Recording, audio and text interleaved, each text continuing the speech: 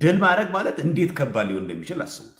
እሱ ነው መሰረታዊ ጉዳይ እንጂ ከአንተ ጋር ዲቤት አድርጎ ሰው ሊፎክር ሊሸልልም አይገባው። ምንክ አለው እውቀት ጋር ሰው አውርቻለሁ ብሎ አንተ ጋር ይፎክራል። ለምን አንተ ጋር ይፎክራል? በዛ ላይ ኦርቶዶክሳዊ ጠባይ ስለኛ ይጋብዛል አይጋብዘንም? አንተን በዛ ልክ እንድናወራ፣ አንተ እንድንሳደብ፣ አንተ ላይ እንድንሳለቅም ኦርቶዶክሳዊ ትምህርትም የለም። ሰውን ሁሉ አክብሩ ስለሚለኝ ቤተክርስቲያን ትምህርት። ስለዚህ በክብርና በፍቅር እንድናወራና እንደውም ቪዲዮን በደንብ ሰምተው ከሆነ መማማሪያ ጥሩ ነገር እንደምንማማ ተስፋ አደርጋለሁ ስላልኩ ብንማማርበት መልካም ነው ለማለት ነው።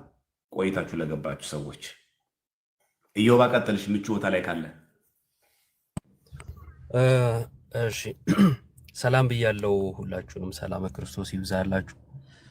ያው ትንቢቴን ታጸድቀዋለህ ብዬ አስባለሁ። እንደማይመጣ ነግሬህ ነበር። ግልጽ ነው ነበር ኢዮባ እንደዛ ያለ አይመጣም ግን ያው ያለ ነበርና ኢዮባ የተመታ ሰው ነሽ። እንትን ነው አሁን የመጣው ሎጂክ ራሱ ማለት እንዴት በዚህ አይምሮአችን ምንም ማያስታውስ ይመስሏል መሰለኝ አላውቅም። ከረጅም ዓመት በፊት ምናልባትም ከ4 ዓመት በፊት አቡን እንወያይ ብሎት ከአቡ ጋር ከዛን ራሱ ነው አልወያይም ብሎ ይተው ማለት ነው። ከዛን አኬ ልደት እያለ ይቀጥላል ማለት ነው። እሱ ለምሳሌ አንድ ርዕስ መርጦ ከዛን በዛኛው ሳይጨርስ ወደ ሌላ ርዕስ አይሄድም። እሱ ወደ ሌላ ሰው አይሄድም፣ ይሄዳል። ከዚህ በፊት አቡን ብሎ ከአቡ ጋር አሎን ሲለው ማን ነው አኬ አለ። አሎን ሲለው ማን ነው ልደት አለ። ከዛስ ቀሲስ አለ። ምን ያልጠራው አለ? አይ ከአንዱ ጋር ሳልጨርስ አልሄድም አላለም። ርዕስም አንዱን ርዕስ ሳልዘጋ አልሄድም አላለም። ግልጽ ነው ይሄ ማለት ነው። ስለዚህ አሁን ልክ ቴዲ ሲቀበለው አይ ቀሲስን ለማስመለጥ ነው አለ። መጀመሪያውኑ ለመጀመሪያ የጠራውን ሰው ብቻ ይዛል አልተቀመጥክም እስከ ዛሬ? መጀመሪያ ያስከውን ርዕስ ብቻ ይዘህ ለምን አልተቀመጥክም? ርዕስ ለምን ትቀያይራለህ? ሰው ለምን ትቀያይራለህ? አይመጡም ብሎ ያሰባቸውን ሰዎች ይጠራል። ለምን አይመጡም? ከዛስ ለፉከራ ይመቻል። አሁን ቀሲስ ዶክተር ዘበነ ሲል ረጅም ዓመት ሳቀው ማለት ነው። ሁሌ ነው የሚለው እንደማይመጡ ከሱ ጋር መወያየት ምንም አይነት እንትን እንደሌላቸው ያውቃል። ስለዚህ ደጋግሞ ማውራቱ ለምን ይጠቅመዋል? ጀግና የኛ ጀግና ለሚሉት እታች ላሉት ይጠቅማል ማለት ነው። ፖለቲካ ነው እና ደስ ያለኝ ነገር ምንድነው እንደው የዋ የሚመስላቸው ሰዎች ይማሩበታል። የቴዲ ጥሪውን ሲቀበል ለመማማር አሁንም እንዳለው ለመማማር ይሆነናል። በቃ አንተው በመረጥከው ርዕስ ነው የተባለው። አልተገደበም፣ መጽሐፍት እንኳን አልተገደበም እኮ አይደል? አንተው በፈለከው ሲባል አይ ቀሲስን ለማስመለጥ ያምልጧ። ለምን አንተ በፈለከው ርዕስ አታፋጥጥም ታዲያ? በጣም ቀላል እኮ ነው። ቴዲን ታፋጥጣውና ቀሲስን አስመልጦ አይደለ? ከዛ አንተ ማን ሆነ ነው እሳቸውን የምታስመልጠው ብሎ እዛ ጋር ማጋፈጥ ነው። ከቻለ እኮ እንደዛ ነው። እና ገና ሲገባ እያየሁት ነበረ ያቀረባቸውን ምክንያቶች ምናምን አያስኬዱም። ግን ደግሞ እንደ አንድ ኦርቶዶክሳዊ ደስ ያለኝ ነገር ምንድነው ልክ ሰው ሲመጣ እዛ ነገር ላይ ያጠና ያወቀ ና ሲለው እንደማይመጣ ብዙ ሰው አይቷል ብዬ አስባለሁ። ከዚህ በኋላ ፉከራውን ቀነስ ማድረግ ጥሩ ነው። በጣም በተፎከረ ቁጥር እንዲህ ዝቅ ማለት መዋረድም ስለሚመጣ ማለት ነውና ቴዲ እግዚአብሔር ይስጥልን፣ የአገልግሎት ዘመንን ያርዝምልን። በጣም ደስ ብሎኛል ይሄን ለማለት ነው። እግዚአብሔር ያክብርልን ወንድማችን። እሺ እህታችን ቤቲ ናት ኤፌሶን።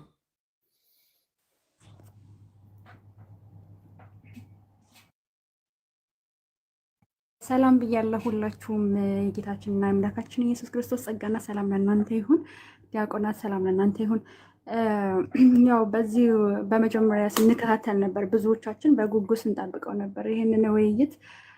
በእውነት ለመናገር ቀለሜ ጋር የሄዱት ራሱ ኦርቶዶክሳውያኖች ናቸው አብዛኛው ማለት ነው። እና 1000 ከምናምን ሰዎች ነበሩ እዛ እና ያው ከጉጉት የተነሳ ነው ይመስለኛል። እና አብዛኛው ሲታኮረበት የነበረው እናንተ ማሁን ስትሉት የነበረው ነገር አለ። ቀሲስ ዲበኩሉ ሜቢ ካልተሳሳትኩ ስማቸው ሲነሳ ነበር እና እኔ አላልኩም ካለ ኤርሚያስ እኔ አላልኩም እንደዛ አላልኩም ካለ እኔ ራሴ ቪዲዮውን ፈልጌ ከዩቲዩብ አወጣዋለሁ። የእነሱን እንትኑን እያዳመጥኩኝ ማለት ነው አወጣዋለሁ። ምን ብሎ ነበረ? ቀሲስ ዲበኩሉ ስም ይጠራል አያፍርም። እንደው እሳቸውን ምን ብሏቸዋል? እዛም የነበራችሁ ሜቢ ከሰማችኋቸው ይሄ ጠንቋይ ደግምተኛ እያለ እያቀለለ ሲጠራቸው ነበር። አሁን እንደው እንደዚህ አቅለህ የጠራሃቸው አቅለህ እንደዚህ የተናገርካቸውን በምዕመን ፊት ድግምተኛ መተተኛ ብለህ የጠራሃቸው ሰው እንደው ለዲቤት ራሱ ስጠራቸው አታፍርም ወይ? እኔ የምር እንደዚህ ጆሮዬ ሰምቷል። ኦኬ እንደዛ አይነት ነገር መምህራን ሲሰደቡ ወጣለሁ ቶሎ ብዬ ስለማልችል ማለት ነው። እና እንደዚህ ብሎ ተሳድቧል። ኦኬ የተሳደበበት ሰው እንዴት ተደርጎ ነው ማለት ለጥሪ ለዲቤት የሚደረገው? አሁን ዲቤት እንኳን ያደርጉ ቢባል እኔ አልስማማም። ምክንያቱም ተሳድቧል። ይህ ሰው መጀመሪያ ይቅርታ ይጠይቅ ከማድረጉ በፊት ማለት ነው። እና ተሳድቦ ክብራቸውን እነሱ ክህነት ያላቸው ሰዎች ናቸው። እኛም አባቶቻችን ናቸው። አባቶቻችን ደግሞ ልናከብራቸው ይገባል። ስለዚህ እነሱ ባቀላቸው ቁጥር እኛ የሚቀልና የሚከብር አባት የለንም። እነሱ ስላከብራቸው ዝቅ ስላደረጓቸው አይደለም። ነገር ግን እንደዚህ ያልካቸው ሰው አሁን ደግሞ መጠ ደግሞ የዲቤት ጥሪ አድርጊያለሁ ሰው ከሳቸው ጋር ወያያለሁ ማለት እፈር። መጀመሪያ በነገራችን ላይ እዚህም ያላችሁ ሰዎች ስለምታደርሱላቸው ይሄን አደርሱለት ለኤርሚያስ ማለት ነው። መጀመሪያ ክብር ቢኖርህ ኖሮ ውይይቱም ይቀበልህ ነበር። ግን እንደዚህ አይነት ብልግና ንግግሮች ስለተናገርክ ይሄ ለአንተ ማለት ተገቢ ነገር ነው ብዬ አላምንም፣ እንደኔ ማለት ነው። በውይይቱ አብዛኛዎቻችን በነገራችን ላይ በዚህ አጋጣሚ ልነግርህ የሚገባው ነገር ምንድን ነው፣ ውይይቱ ላይ በማቅረብ ሁላችንም ደስተኞች ነን። ግን ቢመጣ እዚህ ያላችሁት ፕሮቴስታንቶች ሰውን አይለይ ማለት የተፈለገው ነገር ግልጽ ነው አይደለ? ዘማርያም ምናልባት የማያውቁ ሰዎችን ሲጠሩ እሺ ብሎ ተቀብሎ ነበር። ደምረውም ዲያቆንም አንደኛው ዲያቆንም እንደዚህ ሲጠራ በነገረ መስቀል ላይ እንዲሁም ደግሞ በነገረ ማርያም ላይ አያውቁም፣ በግልጽ ለመናገር ማለት ነው። ኦኬ ግን የማያውቁ ሰዎችን ሲጠሩት ማለት ነው ሲጠሩት ተቀብሏል። ለምንድነው አሁን ግን ላለመቀበል የፈለገው? ለምንድነው ምክንያት ሲደረድር ነበር? እያንዳንዱ ምክንያት ሲደረድር ነበር። ቤቱ ከፍቶ ቀሲስ ዲበኩሉ ጥሪ አድርጋለሁ በቃ የማይገባበት ሙስሊሞች ጋር ገብቶ ነው እሱም ራሱ ጥሪ የተደረገው ውይይት ያገኘው ራሱ ሙስሊሞች ጋር ገብቶ ከሙስሊሞች ጋር ህብረት ስላለ አሁን ላይ ቤተክርስቲያን ለመምታት እንኳን ከሙስሊሞች ከ666 ከሆነችው ባለጌ ሴት ጋር ከእሷ ጋር ራሱ ህብረት ያደረገ ሰው ነው፣ የታወቀ ነው። እና ከእነሱ ነው እንደው ቪዲዮ ራሱ የወሰደው ማለት ነው። አልወሰደም ካላችሁ ደግሞ መረጃ እጄ ላይ ስላለ መፖሰት እችላለሁ፣ ቀላል ነው።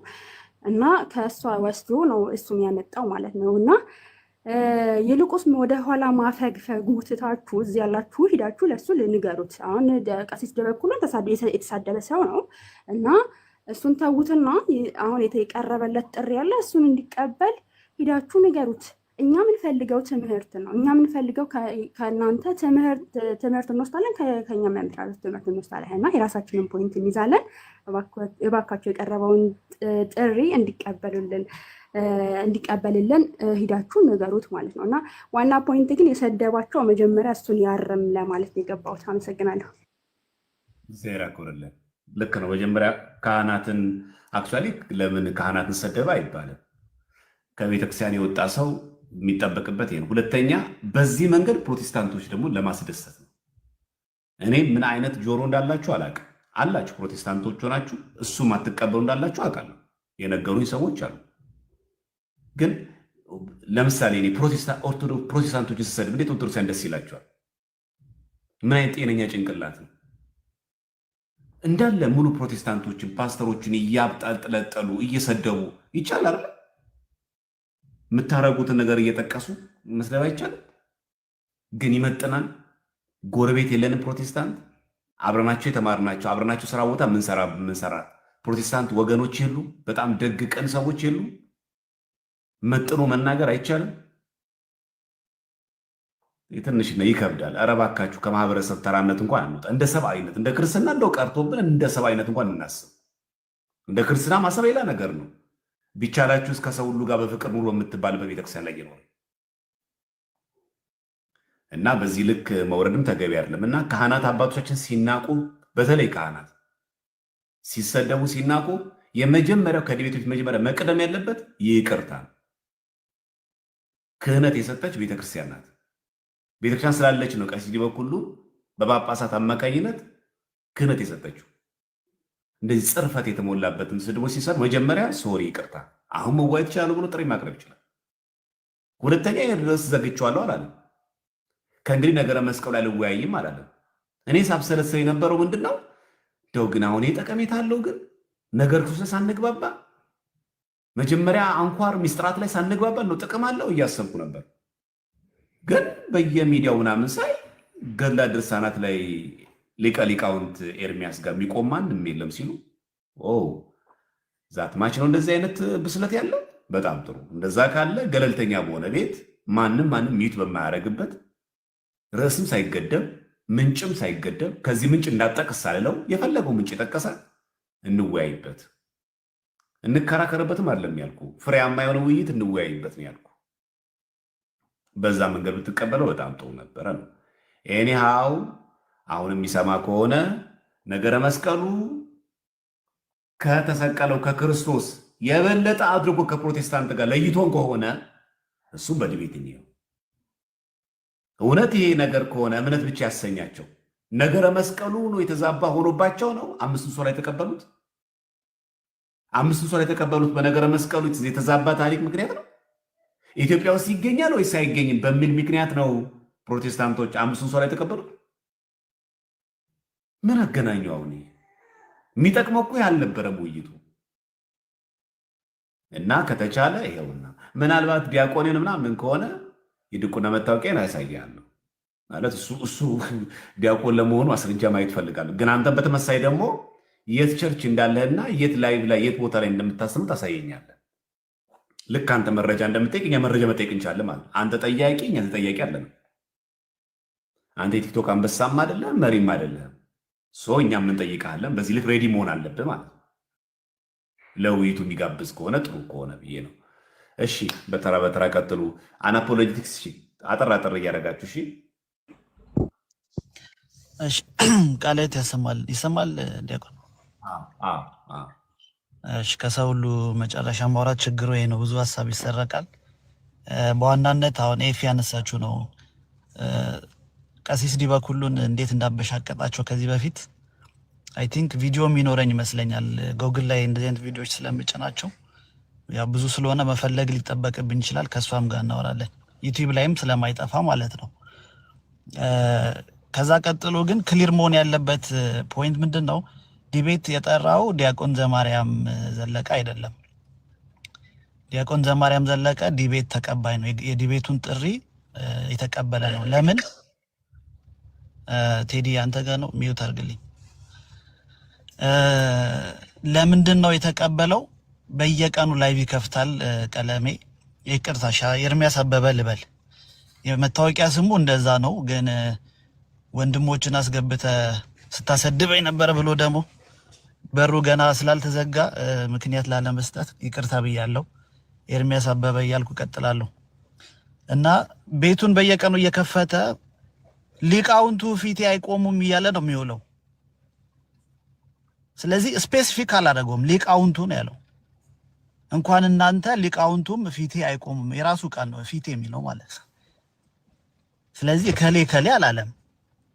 ካለው ከ70-80 ሚሊዮን ህዝብ ውስጥ አንዱ እንኳን ቢያቀርብለት ባለፈው ሮጦ እንደመጣው ማለት ነው። እነ ደሜ እነ ስዩም ሲያቀርቡለት ሮጦ እንደው የተፍለቀለቀ እንደመጣው መምጣት ነው ያለበት እንጂ የሌለ ፓራዶክስ እያስቀመጠ ቢሄድ ለህሊናው ነው የምንተው። ፓራዶክሱ ደግሞ የሚገርም ነው። ላይቭን እየተከታተልኩ ነበርና ምን ይላል?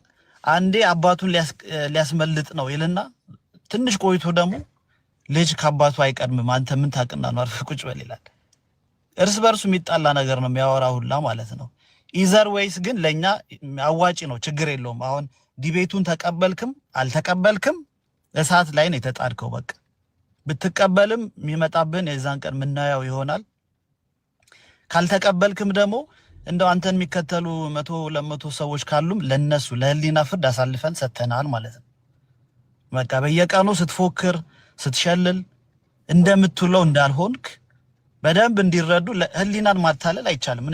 ምናልባት ኮሜንት ላይ ሊጽፉ ይችላሉ፣ አይዞ አይዞ ሊሉ ይችላሉ፣ ሊሰባሰቡ ይችላሉ። ግን ለህሊናቸው አሳልፈን ሰጥተናል፣ ባትቀበለውም ማለት ነው። ከዚህ በኋላ አንደበት የለህም ቤተክርስቲያንን ለመናገር እና እግዚአብሔር ይስጥልን። ይቅርታ ማለትም ደስ ብሎኛል። ዲያቆን ዘማርያም ሌሎቹን እንትን አብራርተዋል። በእርግጥ ግን ብደጋግሞም ጥሩ ነው። ሌሎቹ ተው እያልን እንደው ለምን አሁን ተቀበልን የሚለው አንዳንድ ሰዎች በተለየ መንገድ እንዳይረዱት ማለት ነው። እግዚአብሔር ይስጥልኝ። እሺ እግዚአብሔር ያክብርልን። እሺ ቶኒ ሰላም ሁላችሁም ወንድሜቶች ሰላማችሁ ይብዛ። ዲያቆንዬ ሰላም ይብዛ። የሚነድ ዲያቆን ለምን እንደተቀበል ዲቤቱን እናውቃለን፣ ግን በእኛና በእነሱ ዘንድ አስፈላጊ ውይይት አይደለም። ሁናን ለመናገር ለምን እንደተቀበልክ እናውቃለን፣ ምክንያቱን ማለት ነውና ምንም አስፈላጊ በቃ እሱ ወርዶ እኛንም እያወረደ ስለሆነ ማለት ነው። ግን ምንድነው ይሄንን ሁናት ኦርቶዶክሳውያን ይሄንን ዲቤት የማይቀበል ከሆነ በቃ እሱ የራሱ እንትን ይቅዳለው ማለት ነው። ወንጌል እንዳይሰበክ እዚህ ሚዲያ ላይ በቃ ከአጋንንት የተቀበልለው የአጋንንት ስራ እየሰራ እንደሆነ ነው ምረዶ ማለት ነው። ለሱ ደግሞ ግብአት መሆን የለብንም። ይሄንን ዲቤት የማይቀበል ከሆነ ይሄ የመጨረሻ በቃ በእኛ በኦርቶዶክሳውያን ዘንድ የተረሳ ሰው ይሁን እሱ በቃ ከዚህ በኋላ አያስፈልግም። ርዕስ ቢሰጠንም ቢጠራንም ከኛ ወገንም የሚጠራ ሰው እሱን ለዲቤት ለውይይት የሚጠራ ሰው መኖር የለበት። በቃ ይሄ የመጨረሻ ይሄንን የማይቀበል ከሆነ ራሱ አይደለ የጠራው ለዚህ ዲቤት ነገረ መስቀል ላይ እናውራ ብሎ ይኸው ተቀብለዋል። ይሄንን የማይቀበል ከሆነ በቃ በእኛ ዘንድ በቃ የተረሳ ሰው ይሁን እሱ በቃ ከዚህ በኋላ ለሱ ቢጠራም ለየትኛው ውይይት ቢጠራ እንኳን ነገረ ዲናት ላይ እንኳን ቢጠራ ከዚህ በኋላ ከሱ ጋር አንድ መድረክ ላይ እንትን ለመወያያት አስፈላጊ አይደለም። በቃ የራሱ እሱ እንትን ከጋኔት ራይ እንትን ተገለጠልኝ በየማታው ተገለጠልኝ የሚላቸው መላእክቶች የጨለማስ የሚሰጡትን ርዕስ እዚህ ሚዲያ ላይ ያምጥቶ ለኛ እኛ ደግሞ ለሱ እቅድ ግብአት መሆን የለብንም። ለክፋት ለአመፃ ግብአት መሆን የለብንም ብዬ አስባለሁ። ይሄ የመጨረሻ ይሁን። ይሄንን ነው የምለው። በቃ ይሄንን የማይቀበል ከሆነ በፍጹም ከዚህ በኋላ በቃ እሱ የተረሳ ይሁን። ቴንክ ዩ የበላችንም ዘንድ ይታወቅ። ቴንክ ዩ። እሺ ቶኒ እግዚአብሔር ያክብርልን። እሺ ታሜ ሰላም ዲያቆንዬ፣ ሁላችሁም እህት ወንድሞቻችን ሁላችሁንም ሰላም ብያለሁ። ያው ብዙ ሰው ብሎታል፣ ሰው ካለ በኋላ ማለቱ ቢከብድም አጋጣሚ ሆኖ እኔም ኤርሚያስ ጋር ገብቼ ነበረ። ዲቤቱን ይቀበላል ብዬ ሰፍ ብዬ ነበር እና ዲቤቱን አልተቀበለም። ያልተቀበለበት ምክንያት ምንድነው? የመጀመሪያው እኔ በጌታ መንፈስ ነው የምነዳው የምመራው እና መንፈስን አዳምጣለሁ ነው እና የጌታ መንፈስ አትቀበል ብሎታል የዘማርያምን ውይይት እና የጌታ መንፈስ የዘማርያምን ውይይት እንዳይቀበል ካደረገው የጌታ መንፈስ ደግሞ የማንን ተወያይ ብሎታል? የቀሲስ ዲበኩሉን በነገረ ወይ በታቦት ጉዳይ ላይ የቀሲስ ዲበኩሉን የጌታ መንፈስ እንዲወያይ ፈቅዶለታል። ግን ይህን ሲባል እውነት በጤነኛ ልብ ቀሲስ ዲበኩሉን ጠየቃቸው ወይ? እኔ ለእኔ ሊቅ ናቸው፣ የቤተክርስቲያን ካህን ናቸው። በጣም ከማከብራቸው በጣም ደግሞ ከምማርባቸው ሚዲያ ላይ ካሉ አባቶች መካከል አንዱ ለእኔ ቀሲስ ዲበኩሉ ነው። የማላፍርባቸው አባት፣ በምንም ጉዳይ ረገጥ አድርገው መናገር የሚችሉ ደፋር አባት ናቸው እና እሳቸውን ግን በስነ ስርዓት አናገራቸው ወይ? አይደለም። ይሄ ፂሞትን ነቃቅዬሎት ነው መጥልሎት አንዴ እጄ ላይ ግቡ እያለ እኔ እያከበርኩ ነው እየተናገርኩ ያለሁት እርሶ የተባሉትን አንተ እያለ እና ሁሉንም ነገር እየተናገረ እየተሳደበ ቀሲስ ዲበኩሉ ቢቀበሉ እንኳን እኔ ልጃቸው እንዲቀበሉ አልፈቅድላቸው ለሚባል መጽሐፍ ቅዱስ ሲናገር ያከበረን ታከብራለህ አይደል? እና ያዋረደህንም ደግሞ ታዋርዳለህ። እንደዚህ አይነት ውርደታም ከአባታችን ጋር አይመጥናቸውም። ስለማይመጥናቸው አይመጡም። ለዚህ ነው። ቀጥሎ ደግሞ እኔ በዚህ ሰዓት ብጠይቀው ኤርሚያስን እንደምታውቁት ለክርስትና ሕይወት ልጅ የሆንኩኝ ከፕሮቴስታንት የመጣውኝ አዲስ ክርስቲያን ነኝ። እኔ በጠይቀው ኤርሚያስ አበበ እኔን እሺ ይለኛል። ለምን ቢባል ምንም አላውቅም። እኔ በወያይ የቤተ ክርስቲያን ሊቃውንቶች ይስቁብኛል። ለምን ይስቃሉ ካልከኝ በብዙ የተማሩ ዘፍጥረት አንድን እንኳን እንዴት ማስረዳት እንዳለባቸው ለሁሉ ነገር ሊቅ ያላት ቤተ ክርስቲያን ናት። አዎ ብሎ ዛሬውኑ ቪዲዮ ይሰራል። ዲያቆን ዘማርያምስ የቤተ ክርስቲያን ልጅ ነው። የሰንበት ትምህርት ቤትን አካሄድ ያውቃል። ድቁናውን ያውቃል። መምህር ነው። ለቅስና እየበቃ ያለ ወንድማችን ነው። ስለዚህ የቤተ ክርስቲያኑን ስርዓት ጠንቅቆ የሚያውቅ ነው ዲያቆን ዘማርያም። ስለዚህ አይወያይም። ምን አንድ ነጠላ ዜማ አለችው። እሱ ሁልጊዜ የሚያወራው ነጠላ ዜማው ምንድን ነው? ወደዚህ ፕላትፎርም የማይመጡ ዶክተር ዘበነ ለማን ይጠራል። እሳቸው ናቸው ወርደው ከሱ ጋር የሚያወሩት። አያወሩም። ስለዚህ ለሱ ምንድን ነው? ዜማው ነው፣ ነጠላ ዜማው ነው። ና ዶክተር ዘበነ ለማ እያለ ከቪዲዮቸው ላይ የቆራረጠ ሐሳብ መስጠት ኑ እንወያይ። አይመጡለት። ስራም አላጡ። ከዛ በኋላ ምህረትአብን ይጠራል። ምህረትአብ ቲክታክ አካውንት አለው። ቢኖረው እንኳን መጥቶ ዲቤት ያደርጋል። ለምን ዲያቆን መዝሙር ያሬድን አይጠራም? ለምን ዲያቆን ዘማርያምን አይጠራም? ለምን ዲያቆን ናቱን አይጠራም? ለምን ሞኬን አይጠራም? ቤተ ክርስቲያንን በቅጡ የሚያቋትን ወንድሞችን አይጠራም? ለምን ዲያቆን ታላቁ ጅብሪልን አይጠራም? በነገረ ክርስቶስ ላይ ወንድሞች ዕውቀት ያላቸውን እናኬን አይጠራም። ቢጠሩትም አይመጣም። ስለዚህ እያደረገ የነበረው ነገር ልክ አይደለም። እኔ ጌታ መንፈስ የእሱ የጌታ መንፈስ ዛሬ ተለይቶብኛል። ተወያይ አላለውም ካንተ ጋር እና እኔ አይመጣም፣ እንደማይመጣም እርግጠኛ ነኝ። ግን ከመጣም እኔ እንዲያውም ትንሽ የቴዲ ቤትም አይሆንም ካልሆነ ዮኒ ማኛ ቤት ምናምን ይላል ብዬ በሆስት ብታረጉ የሚል ሐሳብ ነው ደውዬ ነገርኩህ ነበር። ይሄ የመጋጋጥ ስራ ትንሽ የማንገራገር ስራ ቢሰራ ብዬ ቀድሜ ቀን ላይ ነገርኩና በጣም የሚገርም ነው። አይወያይም። የኤርሚያስ ጌታ ይለያል።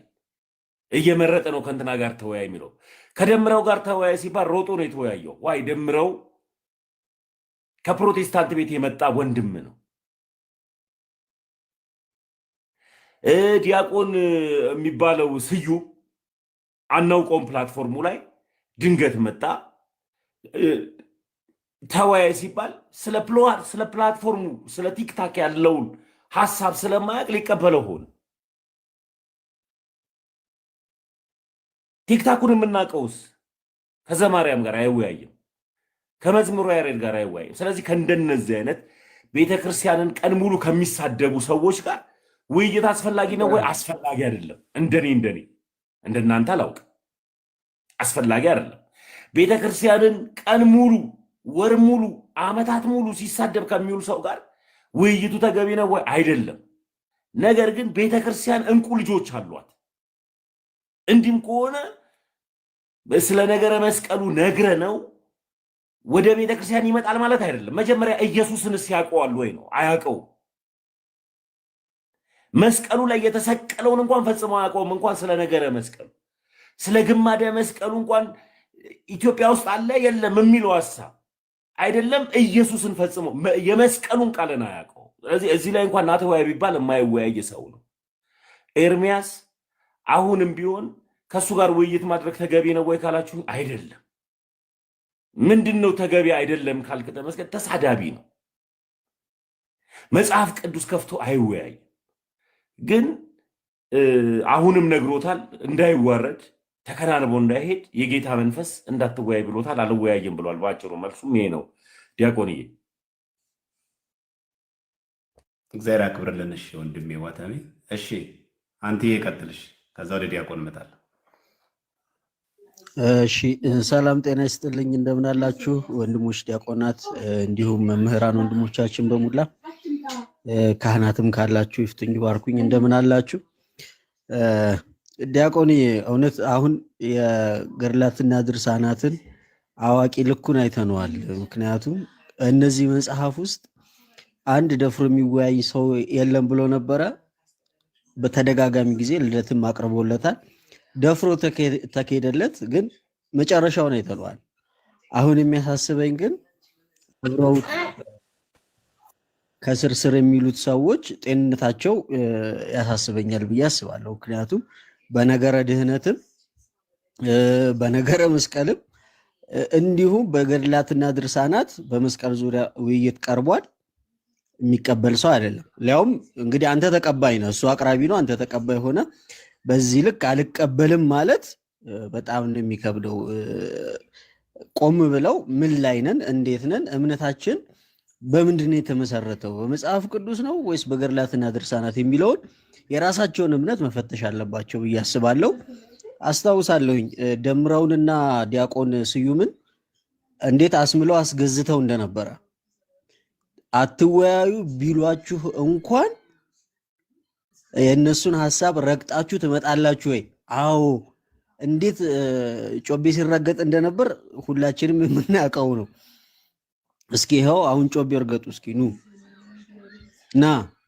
ይህን ያህል ፈርቻለሁ ማለት አስፈላጊ አይመስለኝም። እና ቆም ተብሎ ምን ላይ ነው ያለ ነው? እንደው ይህን ሰሞን እያየን ነው። በሚስጥራት ዙሪያ በቅዱስ ቁርባን ዙሪያ የተለያየ ሀሳብ እንዳላቸው እያየን ነው። እስኪ በእኛ እንግዲህ አስበው፣ በእነሱ መጽሐፍ ላይ ሳይሆን በእኛ መጽሐፍ ላይ ቁሞ ደግሞ በእኛ መጽሐፍ ብቻ ተወያይ ነው። ቅዱስነቱን አይደለም የመስቀሉን አመጣጡንም ጭምር ተወያይ ነው የተባለው። እንግዲህ አስቡት።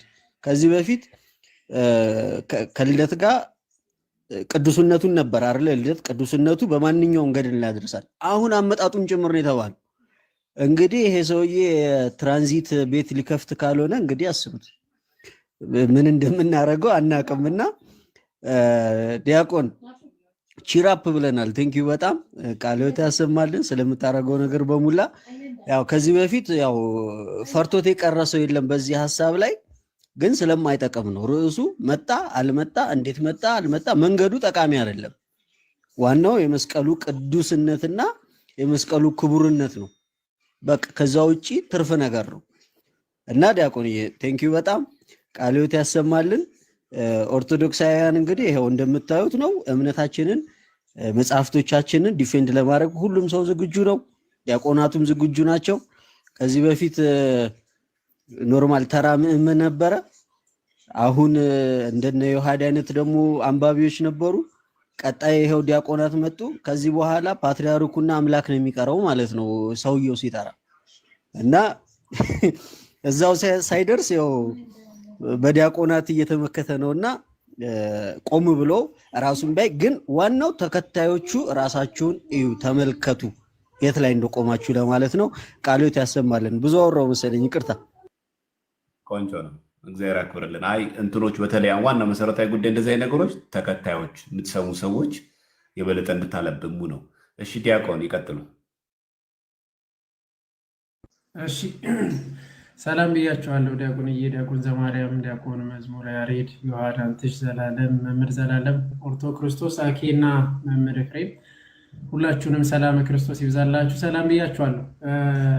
ያው እንግዲህ ይገርማል ማለት ቅድም ቤቱ ሂጄ እያየሁ ነበረ እና እየሰማሁ በጣም ገርሞኝ ነበር። ያነሱትም ነገር ፖይንት በጣም ጥሩ ነጥብ አንስቷል። በቃ ትልቁ ነገር እሱ ነው። ዲያቆንዬ ቃለ ሕይወት ያሰማልን፣ ቃለ ሕይወት ያሰማልን። አሁንም በድጋሚ በእውነት ለምን ከዚህም በፊት በእውነት ዲቤት ጥሪ አልተደረገለትም? በተደጋጋሚ ተደርጓል። በመጽሐፍ ቅዱስ እውነት ላይ በነገረ ድህነት ላይ ያውም ማለት ከፕሮቴስታንት ጋር በነገራችን በምንም አንድ አይደለም። በምንም በመጽሐፍ ቅዱስ እውነት ላይ አንድ የሆንበት የለም። ለምሳሌ ሥላሴን ብትወስዱት አንድ አይደለንም። ቁርባንን ብትወስዱት አንድ አይደለንም። ጥምቀትን ብትወስዱት አንድ አይደለንም። ክርስቲዮሎጂ ላይ አንድ አይደለንም። ዳግም ትንሣኤ ላይ አንድ አይደለም። በምንም አንድ የሆንበት የለም። እስቲ በመጽሐፍ ቅዱስ እውነት እነዚህን መዝነን ማን ነው እውነተኛ የሚለውን በጣም ተጠይቋል። በጣም በተደጋጋሚ ተጠይቆ ነበር። ሲሰጥ አላገኘም። በቃ ያሁን ደግሞ ዲያቆን መዝሙረ ያሬድ ቀርቦለታል፣ በእኔ ቀርቧል፣ በዲያቆናቱ ቀርቦለታል፣ በጣም በብዙዎቹ ቀርቦለታል። ዲቤት እምቢ አለ፣ ዝም አለ። በዮሐድም ጭምር ማለት ነው። ጨራሽ እስከ ማስፈራራት ተደረሰ ማለት ነው።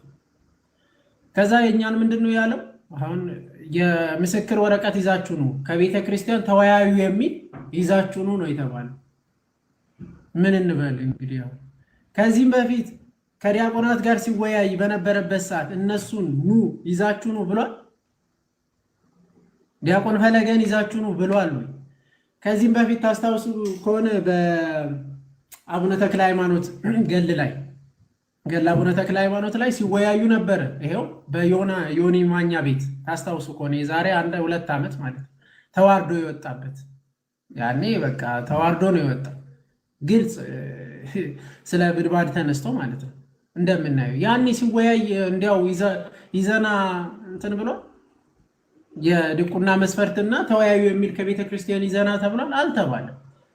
ስለዚህ በዚህ ውስጥ ምን አለ ማለት ነው?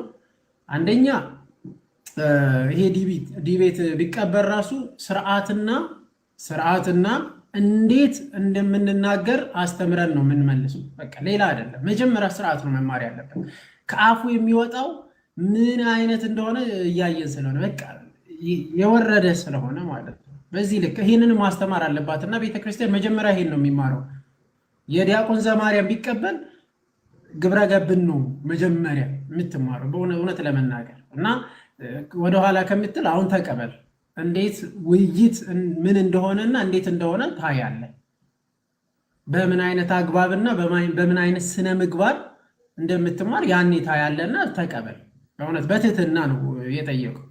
ያው በፉከራም አይደለም፣ በሽለላ አሸነፍኩ እስኖት። ይሄ ክርስቲያኒቲ አይደለም።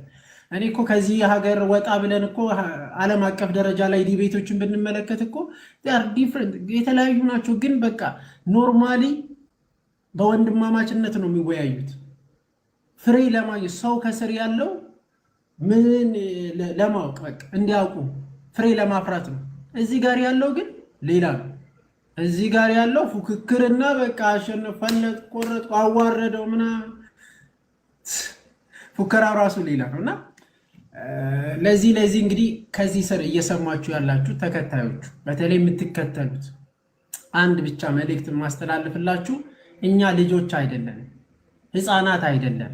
በዚህ ታይም ላይ ማለት የማይገባን አይደለም። ምንም ብሎ ወደኋላ ይመለስ ምንም ይበል፣ ግን እኛ ህፃናት አይደለም። በቃ ምንም ቢሆን ይገባናል። እያንዳንዱ ነገር ምን እንዳሰበም ጭምር ይገባናል። ስለዚህ ምን እያልኳችሁ ነው? ዝም ብላችሁ አትከተሉ። ሰው ይሄው ጥሪ ቀረበለት፣ ተቀበል። እስቲ ለምንድን ነው ያልተቀበለው? ጠይቁ፣ ተቀበል በሉት፣ በጨዋነት ማለት ነው። እና ለእናንተ መልእክት ይሄንን አለኝ። ብቻ ጌታ እግዚአብሔር ዲያቆንዬ ቃለ ሕይወት ያሰማልን። እንግዲህ ከተቀበለ እሰየው፣ ካልተቀበለ እንግዲህ ካሁን በኋላ ውይይት በቃ ተረዱ። ካሁን በኋላ እንደዚህ አይነት ነገር ወርደን እኛም አናረግም ማለት ነው። አንወርድም ከነሱ በቃ ወረድን። ከዚህ በላይ መውረድ አያስፈልግም፣ ይበቃል። እሺ፣ እግዚአብሔር አክብርልን ወንድማችን ዲያቆን መኩ።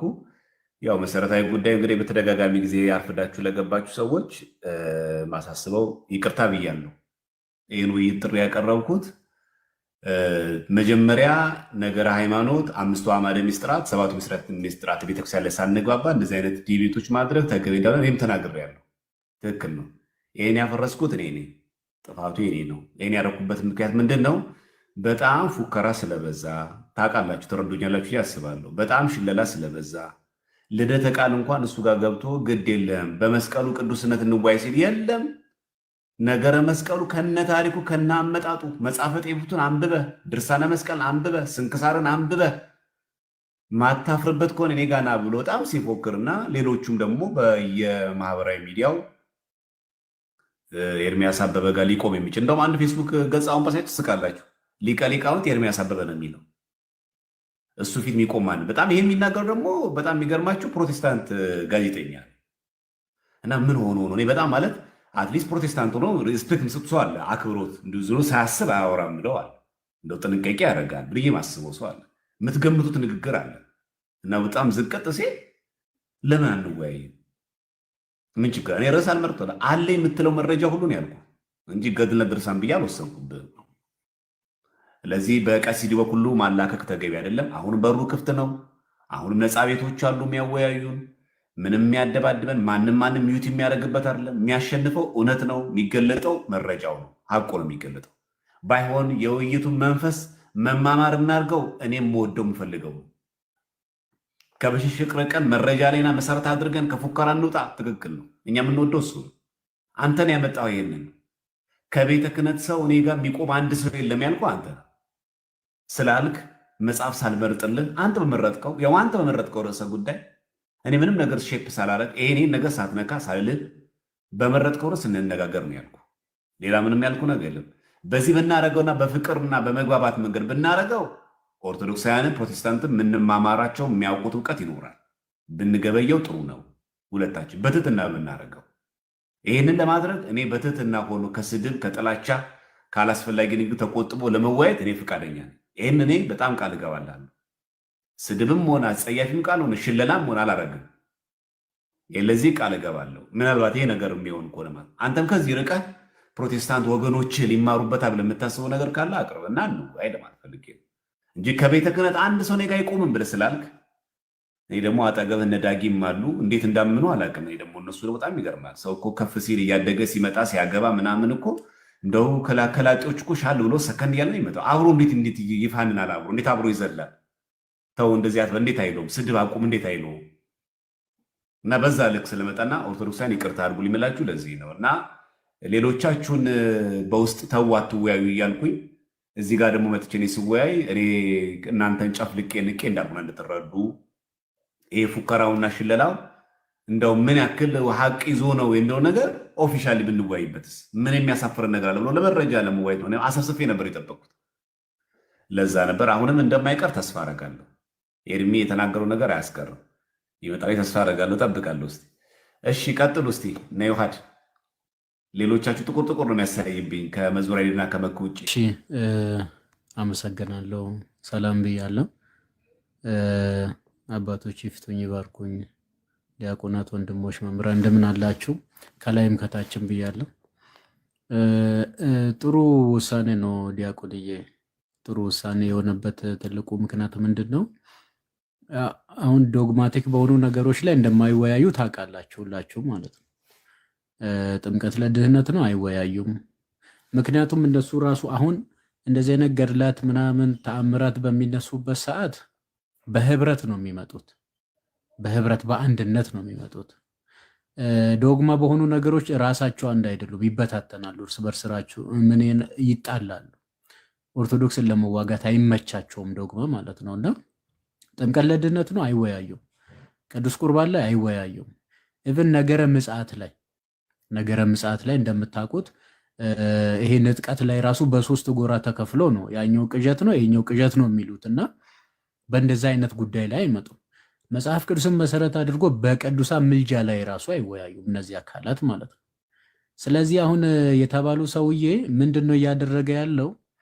ከቤተ ክርስቲያኒቱ ነው የወጣሁት የሚል ሽፋን አድርጓል። በነገራችን ላይ ሽፋኑ ከቤተ ክርስቲያን ነው የወጣሁት፣ ቅኔውንም አውቃለሁ፣ ትርጓሜውንም አውቃለሁ፣ ቅዳሴውንም ሁሉንም አውቃለሁ ነው ሊቀ ሊቃውንት እንደተባለ ማለት ነው።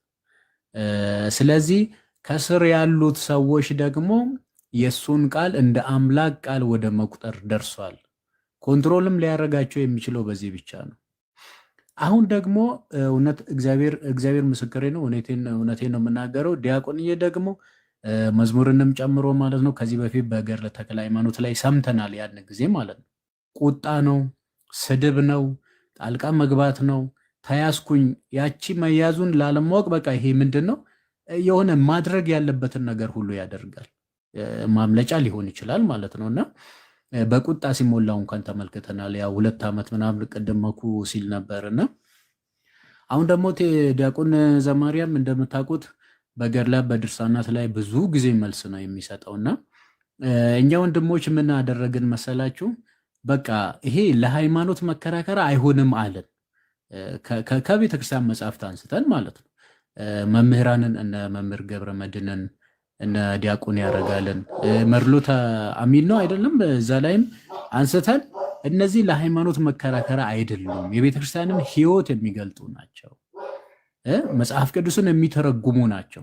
ለምሳሌ የሰናፍጭ ቅንጣት ታክል እምነት ቢኖራችሁ ይህንን ተራራ ታፈልሳላችሁ ተብሏል። ይህ እኮ ተረት አይደለም እኮ፣ ምናባዊ አይደለም እኮ፣ የምርም የጌታ ቃል ነው፣ ሊሆን የሚገባ ነው። የቱ ጋ ነው የሆነው ከተባለ ያው ገድላት ድርሳናት ናቸው ምስክሮች ማለት ነው። የእግዚአብሔር ጸጋ ስጦታ ስፍር ቁጥር የለውም አይደለም መጽሐፍ የሚናገረው። ይልቁንም ምን ይላል? ስለማይነገር የጸጋው ስጦታ እግዚአብሔር ይመስገን። እስኪ ምስክሩ የት አለ? እግዚአብሔር ጸጋው እንደሚሰጥ ቅዱሳን እንደሚያከብር ከፍ ከፍ እንደሚያደርግ የት አለ? እስኪ ማስረጃ። ማስረጃው እኮ ገድላት ድርሳናት ናቸው ከመጽሐፍ ቅዱስ በመቀጠል ማለት ነው። የቤተ ክርስቲያን ሕይወት ናቸው እነዚህ ገድላት ድርሳናት የሚባሉና ለሃይማኖት መከራከሪያ ግን አንጠቀምም ብለን በቤተ ክርስቲያን ደረጃ ነው የታወጀው። እነሱ ደግሞ ሙጭጭ ብሏል። ማምለጫ የላቸውማ። ህዝቡን ማጣት አለባቸው እንደ የለባቸውም እኮ። ህዝቡን ለመያዝ ምን ማድረግ አለባቸው? ግዕዙንም እችላለሁ በሚል ሰበብ ይሄ በጭፍን ዝም ብሎ እንትን የሚለው የሚደግፈውን ህዝብ ወጥሮ መያዝ ነው አሁን የተያዘው ማለት ነው። ያንን ወጥመድ የሚሰብር ደግሞ እንደነ ዲያቆን ዘማርያም መጡ ማለት ነው። ኦኬ ግዕዙንም ፈትፍቶ የሚያውቁት ትርጓሜውን የተረዱት ከየት መጣውን የተገነዘቡት ምናልባት ቅኔያዊ ንግግር ያለባቸው ሊሆን ይችላል እኮ የግዕዝ ቃላት ማለት ነው። ገድላት ድርሳናት ቅኔያዊ እኮ አሉ። በዛ ላይ ደግሞ ቋንቋ ይወለዳል፣ ያድጋል፣ ይሞታል አይደለም። ምናልባትም የዛሬ 100 ዓመት እኮ ፖዘቲቭሊ የምንጠቀምበት ወርድ ዛሬ ሌላ ሆኖ እኮ ልናገኝ እንችላለን እኮ። እና ከየት መጣነቱን ሁሉን የሚያውቁ በምላት የተረዱ እነ ዲያቆን ቴዲ አሉ ማለት ነው። ከቴዲ ጋር ከገባ ይመታል ይሄ ሰው ማለት ነው። ስለዚህ ስራ አልባ ሆኖ ይቀራል ማለት ነው። ስለዚህ ይፈራል ማለት ነው። ትክክል እኮ ነው ያደረገው። አለማድረግ ይችላል፣ ይሄንን ማድረግ አለበት ነው። ስለዚህ እኛ ደግሞ ገድላት ድርሳናት መከራከሪያ አይደሉም ብለን እነሱ ሙጭጭ ካሉ በመጡበት መምጣት መሄድ አለብን። ዲያቆን ለመሰለ አንዲት ነፍስ ልትገደን ይገባል። አንድ ነፍስ እኮ ሊገደን ይገባል። ዮሐንስ 4 ላይ እኮ በሰማርያ ሊያልፍ ግድ ሆነበት ነው የሚለው። ግድ ሆነበት ነው የሚለው ጌታችንን ማለት ነው። ስለዚህ ግድ ልለን ይገባል። ብዙ ሰዎች እንሰማቸዋለን እኮ እንዲህ የሚል አይተን ወጣን፣ እንዲህ የሚል አግኝተን ወጣን ይላሉ። በዛ ምክንያት የሚወጡ ከሆነ ደግሞ በዛ እነሱ በሚወጡበት መንገድ ተከትሎ የመመለስ ግዴታ ኃላፊነት አለባችሁ በነገራችን ላይ ማለት ነውና ከዚህ የተነሳ እንትን ማድረጋችሁ ጥሩ ነው። ግን በጌታ ቃል መሰረት እንቁዎቻችሁን ሁሉ በእሪያ ፊት አታኑሩ ተብሏል። እነዚህ የኛ እንቁዎች ናቸው። እነዚህ ደግሞ እሪያዎች ናቸው። እሪያን ግን በመጣበት ደግሞ መግረፍ ያስፈልጋል እውነት ለመናገር ከሆነና የተሰጠን ኃላፊነት በጣም ከባድ ነው። እኛ ዶግማ ላይ መሄድ እንችላለን እውነት ለመናገር ጥምቀት ላይ፣ ቁርባኑ ላይ፣ በጥቅሉ ነገረ ድህነት፣ ነገረ ክርስቶስ ላይ ግዕዙንም አንደበተ ቤተክርስቲያን የሆነውንም ደግሞ የምታውቁት በዛ መንገድ መሄድ አለባችሁ። ትክክለኛ ውሳኔ ነው ያደረግከው። እስኪ ይምጣ ነው አሁን እንግዲህ ይምጣ አይመጣም እንደተባለውና አመሰግናለሁ።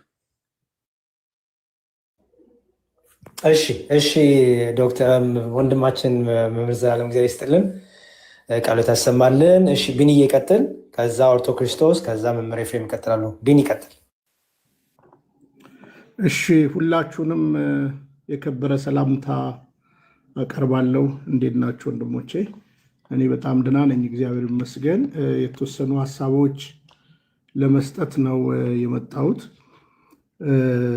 እንግዲህ ምንም የምታሳፍር ቤተክርስቲያን የለችንም። ፕራውድ ነው የሚሰማን። ስለዚህ ቅዱስ ቤተክርስቲያን መመረጥ ነው። እውነታው ይሄ ነው። ዛሬ ከወንድሜ ቴዲ ጋር አውርተናል፣ ተወያይተናል። እንደምታውቁት ይሄ ጥያቄ ዝም ብሎ መፎከር ሳይሆን በቃ መልስ ስላላት ቤተክርስቲያን መልስ ይሰጣል። እምነታችን በሐዋርያው ቅዱስ ጳውሎስ ላይ አልተመሰረተም። ሐዋርያው ቅዱስ ጳውሎስ ሐዋርያ ነው። ሰናይ መልእክት ያቀረበ ነው። መጽሐፍትን የጻፈልን ነው። 14 ደብዳቤዎችን መጽሐፍትን የጻፈልን ነው። ስለዚህ በሐዋርያው ቅዱስ ጳውሎስ ብቻ እንነጋገር የምንለው ነገር የለንም። እውነት ለመናገር ማለት ነው። አንዳንድ ጊዜ ይሄንን ነገር አሁን እኛ በገድላት ውይይት አናደርግም ስንል ገድላትን ከምን አንጻር ነው አንወያይባቸው የምንለው? ዶግማ ላይ ነው፣ ዋና ቤዚክ ዶክትሪን ላይ ከመጽሐፍ ቅዱስ ጋር ነው ጉዳያችን። እዛ ላይ እንግዲህ መወያየት ያልቻለ ሰው በዚህ አጋጣሚ በጣም ባለውለታዎቻችን ናቸው። በገድላቶቻችን እምነታችንን እንድንቀበቅብ ስላደረጉን እንግዲህ ውይይቱን ዛሬም ቴዲ እንደሚያደርስለት ነግሮኛል፣ ተነጋግረናል። ይሁንና ግን በራሱ ደግሞ የቴዲ ጥያቄ ቢኒ አንድ ነገር ፊክስ እንድታደርግልኝ ይፈልጋለሁ። ባለፈው የፕሮቴስታንት አንድ ዘማሪ ተስፋዬ ጫላ የሚባል በእኔ ቤት መጥቶ ዘምሯል እና አርብ ምሽት ከ2 ሰዓት ጀምሬ ኦርቶዶክሳውያን ዘማሪያን ሰባኪያን የፊታችን አርብ ሙሉን ቤቴን ላይ መማር ፈልጋለሁ፣ አብሬያቸው መዘመር ፈልጋለሁ። ይህንን ነገር ፊክስ አድርግልኝ ብሎኛል። እኔም ደግሞ ከቤተክርስቲያን አባቶች ዘማሪያን ጋርና ከሌሎቻችሁ ጋር በውስጥ እንወያያለን። አርቤን እናደርጋለን። በዚህ መሀል ግን በየትኛውም ጊዜ ቀለመወርቅ አተንፍሱ አበበ ይሄንን ጥሪ ከተቀበለ በየትኛውም ጊዜ ቴዲ አዋሳ ዝግጁ እንደሆነ በየትኛውም ጊዜ ዝግጁ እንደሆነ እውነት እንዲወጣ ስለምፈልግም ዝግጁ እንደሆንኩ ከወዲሁ አሳውቅልኝ ብሏል። አርብ ግን በኢትዮጵያ አቆጣጠር ከምሽቱ 2 ሰዓት ጀምሮ አንዳንድ ወገንተኛዊ የሚያደርገኝ ነገር አለ። በነገራችን ላይ ያን መርሃ ግብር እርግጠኛውን የምነግራችሁ ቆይቷል ከተያዘ ኦልሞስት ከወር ምናምን በፊት ነው። 2 ዘማሪያኖች ጠይቀውት ነበረ በዛ ቦታ ላይ በሰዎች እንትን እና ነገር ግን እኛ ደግሞ ገብተን አንደኛ የቅድስት ቤተክርስቲያን ትምህርቷን የምንቀበልበት ትምህርቷን አንተርሰን መቼም ለአንድ ሰው አይደለ ግድ የሚለው እና ያንን ማድረግ አለብን። እሑድ ዓርብ ዕለት ከምሽቱ 2 ሰዓት በኢትዮጵያ አቆጣጠር ወንድማችን ቴዲ አዋሳ ቤቱን ከፍቶ ዝማሬ፣ ትምህርት በነገራችን ላይ በእኔ በተመለከተ ነገር ገድላትን በተመለከተ ነገር በአጠቃላይ የቤተክርስቲያን ትምህርትን በተመለከተ ነገር ለህዝበ ምዕመኑ እንደገና ለሄደው ዋጋ ከፍለን መናገር ስላለብን ዋጋ ከፍለን መናገር ማስተማርም ስላለባችሁ በዛ እንግዲህ ዓርብ ዕለት እንገናኛለን። በዚህ መሃል እንግዲህ እኔ ይቅርታ አድርጉልኝ እንግዲህ ሶሪ ቀለመወርቅ ምናምን ስል እኔ መታወቂያ ስሙ ያ ስለሆነ ነው። ምንም እንግዲህ እኔ ምንም አይከብደኝም ኤርሚያስ አበበ ለማለት ግን ትክክለኛ ስሙን ካልጠራው አቤት አይለም እና ስለዚህ ከፈለገ ግን በማንኛውም ጊዜ ቴዲ ዝግጁ ነው። ያንተንም ጥሪ ኦልሬዲ አቅርቦለታል። የሌሎቹም ወንድሞች ማለት ነው የሌሎቹ ወንድሞችን ጥሪ ሰምቷል። ስለዚህ ይሄንን ነው ላስተላለፍ የፈለግኩት። እውነቴን ነው የምነግራችሁ። ትላንትና ስለ አቡነ ገብረ መንፈስ ቅዱስ ከትላንት ወዲያ ይናገሩ ነበር። እንግዲህ ቤተክርስቲያን እንግዲህ ጥቅምት 5 ታስባቸዋለች አይደለ? እና በጣም ብዙ ነገር እና እንደዚህ አይነት ነገር ሲነሳ የኛ ልጆች ግን ምን ማድረግ ነው ያለብን የሚለው ነገር አለ። አንደኛ ማንበብ በቃ ማንበብ። እኔ አሁን ትላንትና ለፕሮቴስታንት ወንድሞቼ የተናገርኩት አንድ ነገር አለ። በቃ ሌላውን ተዉትና ጎግል የሚባል አለ፣ ኤአይ ስቱዲዮ የሚባል አለ። ኤአይ ስቱዲዮ የሚል አለ ጎግል ላይ አውርዱና 28 ወንድና ሴቶች የሚያናግሩ ደግሞ የተፈጥሮ ሴትና ወንድ እንዳይመስሏችሁ መልስ ሰጪዎች አሉ። ለምሳሌ አቡነ ገብረ መንፈስ ቅዱስ ብላችሁ ግቡና ሰርች አድርጉ። ግብፃዊ 552 ዓመት የኖሩ ኢትዮጵያ 262 ዓመት የኖሩ ብሎ በቃ ጎግል አስቀምጧል። እና ቢያንስ በዚህ እንኳን ቅዱስ ትውፊትን ተረዱ። እንደው አሁን አንዳንዴ እኮ አቡነ ገብረ መንፈስ ቅዱስ ኢትዮጵያዊ ብሎ ነው ሰው ሁሉ የሚያስባቸው። እና እኛ የምናከብረውን በዓል የግብፅ ቤተክርስቲያን በታማኝነት ይህን ጉዳይ ታከብራለች። ጥቅምት 5 መጋቢት 5 እና ሐምሌ 5 እንግዲህ ገድላቸው እኮ በእርግጥ ቢነበብ በዛ በዝናብ ወቅት እንግዲህ እሳቸው እንዴት እንደመጡ ወደ ኢትዮጵያ በጣም እኮ ፕራውድ ነው የምትሰማችሁ ገድላትን ባነበባችሁ ቁጥርና እርግጠኛውን የምነግራችሁ የሚያሳፍር ገድል የለንም፣ አንገት የሚያስደፋ የለንም። በእርግጥ በስርወት የገቡት ራሳቸው መናፍቃኖቹ ያደረጉት ቂርቆስ ላይ የነበረ እንግሊዝ ኤምባሲ ጀርባ የነበረ ከነ ማተሚያ ቤቶች እኮ ገልጫለሁ። በነገራችን ላይ የነበሩ ማተሚያ ቤቶች ላይ ለመበረዝ የተካሄደ መንገድ አለ። ስለዚህ ገድላቱ ሲነሳ የኛ የሆኑትን እንድናይ ስንገዛ እንኳን ከማንኛውም ሱቅ መግዛት የለብንም። ቤተክርስቲያን ካስቀመጠችው ቦታና ሱቆች ከዛ ነው ማድረግ ያለብን እንጂ በፍጹም እኔ እንግዲህ ከአንድ ምንፍቅና እንደመጣ ሰው አንገት የሚያስደፉኝ ገድላትን እስካሁን አላገኘውም። ለዛውም እምነቴን ይቀበቅቡልኛል፣ ያጸኑልኛል። ፕራውድ ነው የሚሰማኝ። በቃ የዕብራውያን ምዕራፍ 11 ምዕራፍ 12 ቁጥር 1 ቀጣይ ናቸው ገድላቶቻችን፣ ከሐዋርያት ሥራ ቀጣይ ናቸው እና ክብር ይሰማናል። ለማንኛውም ጥሪውን እንግዲህ ከተቀበለ ያው ሰዓቱንና ጊዜውን ፐብሊክ እናደርጋለን። ነገር ግን ዓርብ ዕለት መዝሙሬም ዲያቆንም በውስጥ እንወያይና ትልቅ ምሽት እናደርጋለን።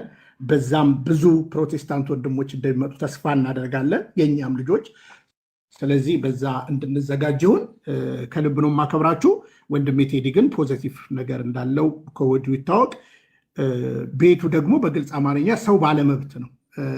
ነገ ሙስሊሞችንም አመቱ ያን ነገር ቢያደርግ ሌላ ነገር አይደለም። ለእኛ ግን ቤቱን ከፍቶልናል። ከልብ ነው የምወዳችሁ፣ ከልብ ነው የማከብራችሁ። በርቱ። አመሰግናለሁ።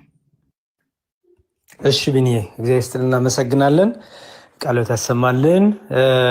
ዓርብ ዕለት ይመስለኛል የዲያቆን ማናቸው መምህር በረከት አይ ቲንክ ስኬጁል ኦልሬዲ ያላቸው ይመስለኛል። ስለዚህ ከእሳቸው ጋር ያለውን ነገር መጀመሪያ እናውራ።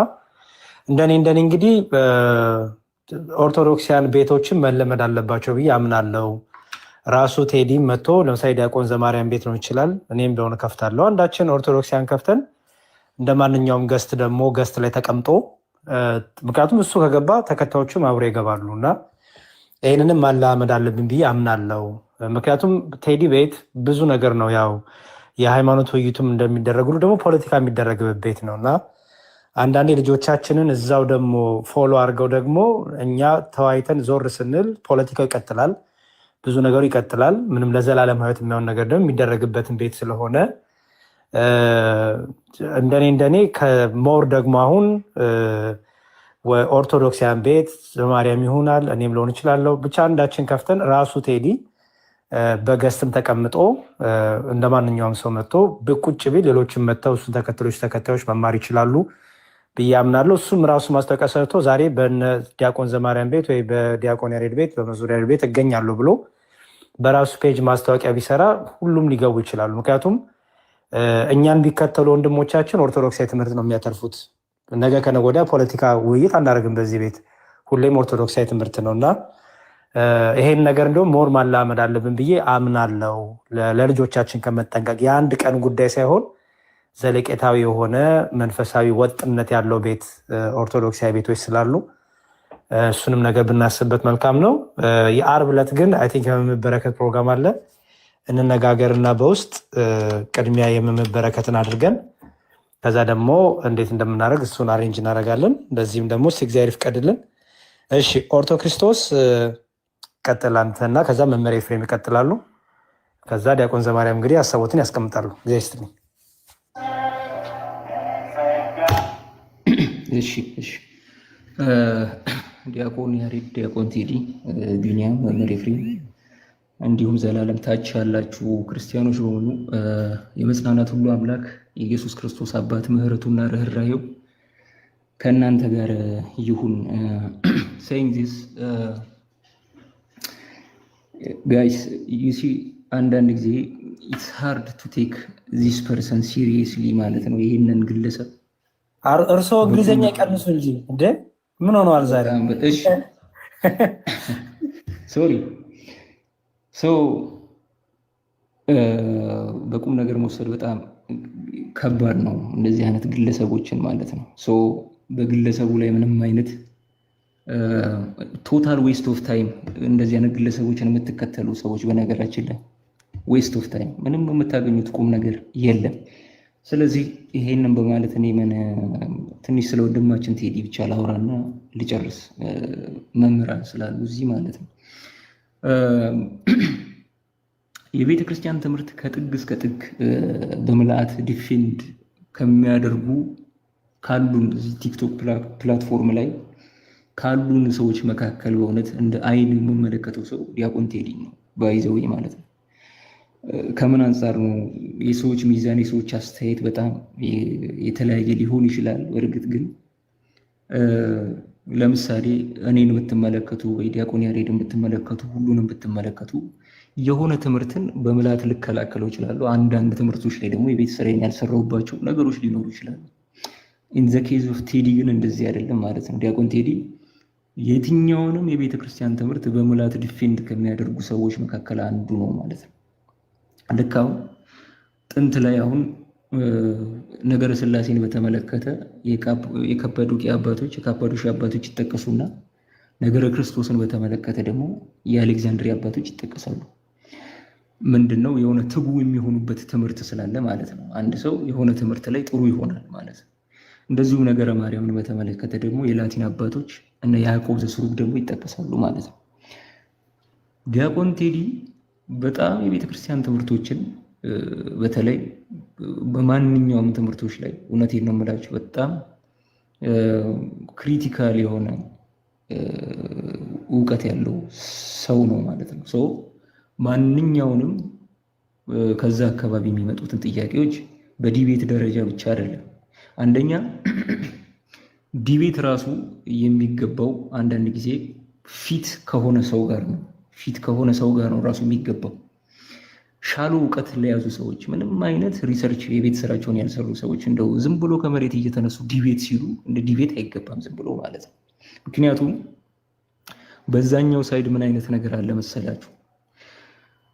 የቤተ ክርስቲያን ዋና ጉዳይ ዋና የትምህርት ጉዳይ ለማስመሰል የሚሄዱት ሰከንደሪ የሆኑ የቤተ ክርስቲያን ትምህርቶችን እነሱን ማጫወጫው ስለሚፈልጉ ነው። ዜና ግን የሆነ ጊዜ ላይ ኑ ጥያቄን መልሱ፣ ወንድ የሆነ እኔ ፊት ለፊት አይቆምም ምናምን ትልና የሆነ ሰው ይሄ ቀረርቶ ሰልችቶት ቻሌንጅ አክሰፕትድ እና ልቀበለ ሲል ደግሞ ትራክ የምታደርግ ከሆነ በቃ እዚህ በኋላ ሰውየውን ሲሪየስሊ ራሱ መውሰድ አያስፈልግም ማለት ነው። ሰው ምናልባት እዚህ ውስጥ ፕሮቴስታንት ካላችሁ እንደዚህ ከኛ አንጻር ማንም የሚሰማውም ሰው በቁም ነገርም የሚወስደው ሰው ከዚህ በኋላ ያለ አይመስለኝም።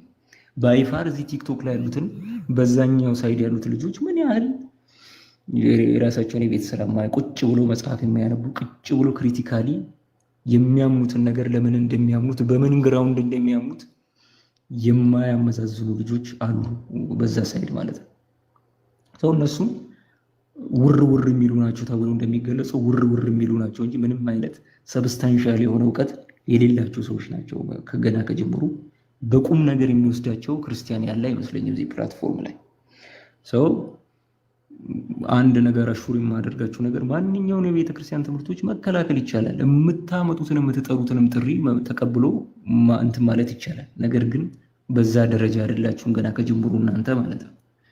ስለዚህ እሱን የምትሰሙ እንደዚህ አይነት ልጆችን የምትከተሉ ሰዎች ሞሮፍ ታይማችሁን ዌስት ባታደርጉና ይልቅ የሚጠቅማችሁ ነገር ላይ ትኩረት ብታደርጉ ነው የተሻለ የሚሆነው። ከዚህ ውጪ ምንም ምለው ነገር የለም። እግዚአብሔር ይስጥልኝ። እሺ አቡሼ እናመሰግናለን። እግዚአብሔር ይስጥልን። ደግሞ በጣም የሚገርም ድምፃዊ ናቸው እኮ ማስተካከያ ስጠው። ማስተካከያ ምንድን ነው? አሁን ስለኔ ያወራው ልጁ አሁን ወንድማችን ያወራው ለወደፊቱ እንደሆን የሚፈልገው ነው። እሺ እንጂ አሁን የሆነውን ዘማርያም አለም እየነገራቸው ያለው ለወደፊቱ ዘማርያም ኑሩ ቢሆን ደስ ይለኛል በቤተክርስቲያን ትምህርት ለማለት ፈልገው እንደዛ ቃንታችሁ ተረዱት። እሺ ያው አንዳንድ ጊዜ የቃላት ወለምታ ያጋጥማልና እንደዛ ተረዱት። እሺ እንጂ ዘማርያም ብሎ እንዳትሉ። እሺ እንደዛ ማለት ሳይሆን ለወደፊቱ እንደዚህ አይነት ሰው ቢሆን ደስ ይለኛል ብሎ ከሚመኝላቸው ሰዎች መካከል አንዱ ሆኔ ነው። ለዚህ አመሰግናለሁ። እሺ መዝሙሬ ይቀጥላል። እሺ እግዚአብሔር ይስጥልን። ኦርቶ ክርስቶስ እናመሰግናለን። አይ በጣም ደግሞ ድምፃዊ ናቸው፣ የመዘመር ጸጋ አላቸው እና በኋላ እንግዲህ ይዘምሩን ይሆናል ኦርቶ ክርስቶስ። እኔ እንዲሁም የዲያቆን ዝንትን አይባቸዋለሁ። እኔ ዲያቆን ይሁኑ አላወኩም፣ ግን እስቲ በኋላ እሱን እንመካከራለን። እሺ መምህር ኤፍሬም እንኳን በሰላም መጡ። ይቀጥሉ እርሶ ደግሞ።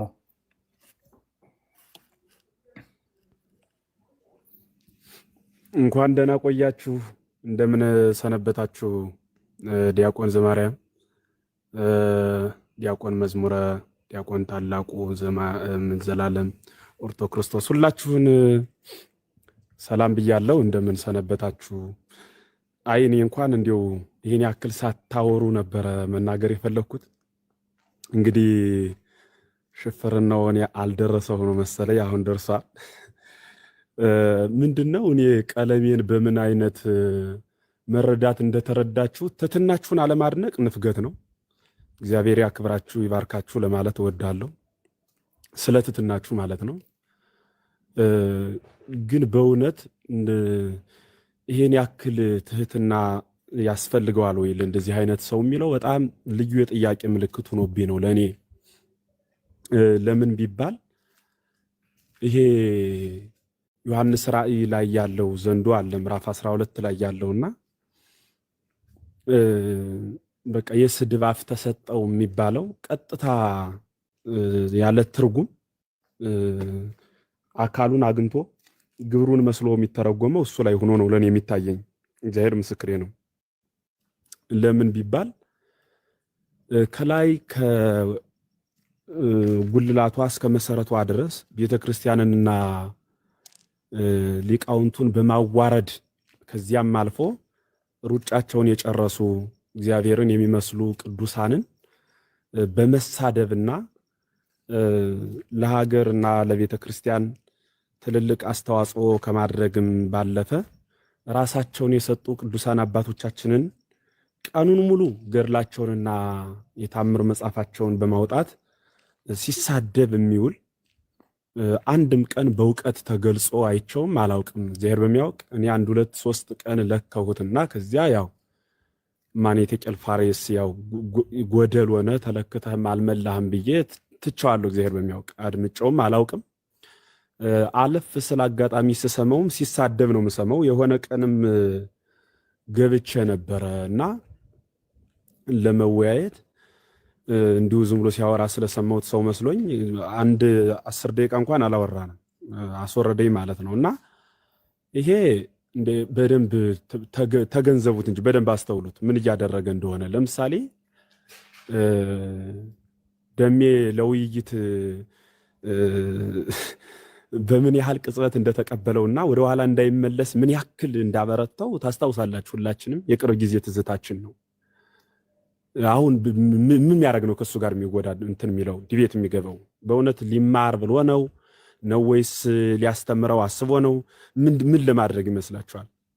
በቃ የሆነ ቃል ይጠይቀዋል፣ የሆነ ቃል ምናምን፣ ከዚያ ዳሂፀ ልሳን ያገኛል። ወይ ደግሞ እንደምታውቁት ደሜ ከትናንት ነው ከዚያ ቤተ እምነት የመጣው። በአንጻሩ ደግሞ መጣም አልመጣም የቤተክርስቲያኗን ትምህርት ተምሮ ወይ ዲያቆን ወይ ካህን ወይ መምህር ብላ ቤተክርስቲያን አልሾመችውም። እንደማንኛውም ምዕመን አማኝ ነው አይደል? እንደዚያ ነው የማውቀው። ከዚህ ሰውዬ ጋር ውይይት ብሎ የገባ ምን ለማለት ይመስላችኋል? በቃ ኦልሬዲ ይሄ ግልጽ ነው፣ ፖለቲካ ለመስራት ነው፣ ሌላ አይደለም። ሌላም ገሌ መጣ ሲባል የሆነ ዲያቆንም ሰሞኑን ስንመክረው የነበረ አንድ ማን ነው ስዩሜ፣ እሱም መጣ ሲባል ገና እኛ አላወቅነውም፣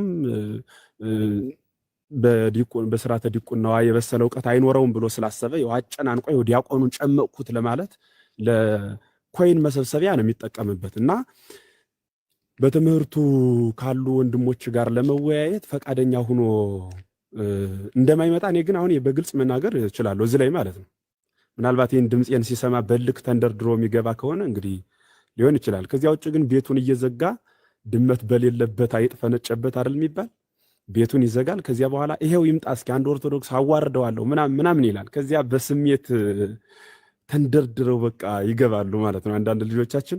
ከዚያ ይገቡና ትምህርት እንዳይናገሩ አልተማሩም፣ ዝም እንዳይሉ ሃይማኖታቸው ነው የሚሰደበው። ከዚያ ምን ይላሉ?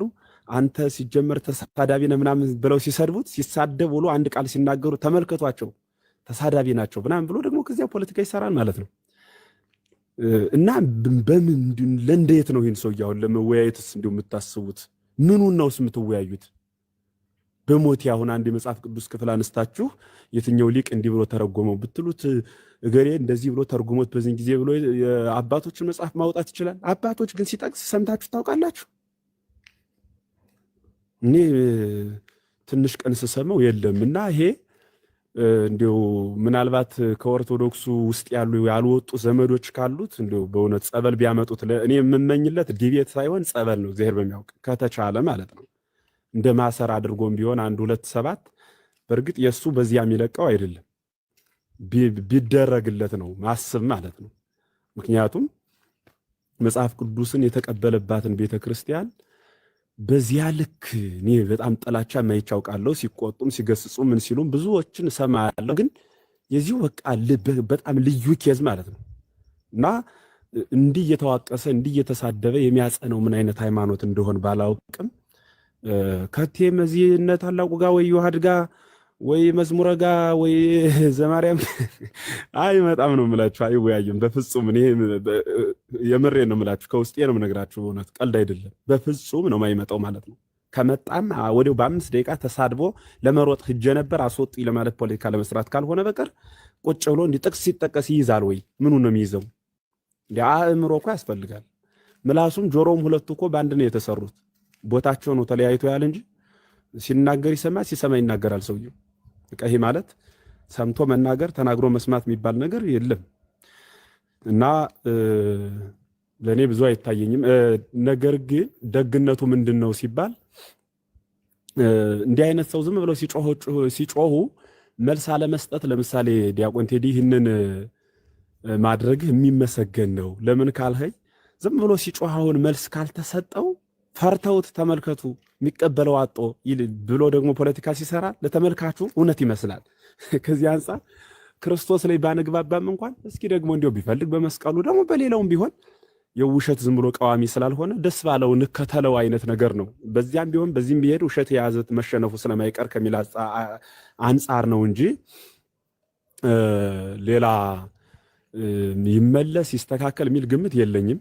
አንድ እሱ ነው። ሁለተኛው ደግሞ እነሱን የምትከተሏቸው ሰዎች ምንም አይነት ዕውቀት አለመኖራቸውንና ቢያውቁም እንኳን ደግሞ ያወቁት ዕውቀት የሰይጣን ዕውቀት መሆኑን ለመግለጽ ያገለግላልና እየመረመራችሁ ብትከተሏቸው በእውነት እንኳን መንግስተ ሰማያት ሊያገባችሁ የታክሲ ረዳት ሆኖ ከቦታ ወደ ቦታ ማያደርሷችሁ እና በእነሱ ራሳችሁን አትጡ ለማለት ነው። እንዲያው ብዙም እንዲያው አጀንዳ ሁሉ አድርገን የምንወያይባቸው ሰዎችም አይደሉም። እግዚአብሔር በሚያውቅ ያሉ እኮ የሚሻሉ ወንድሞች እነሱ ጋር ማውራት የሚቀል ይመስለኛል እንጂ እነዚህን እኔ እንጃ።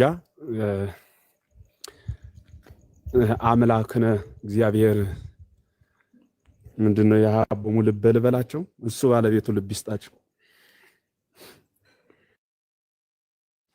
እሺ እግዚአብሔር ይስጥልን መምህር ኤፍሬም እናመሰግናለን።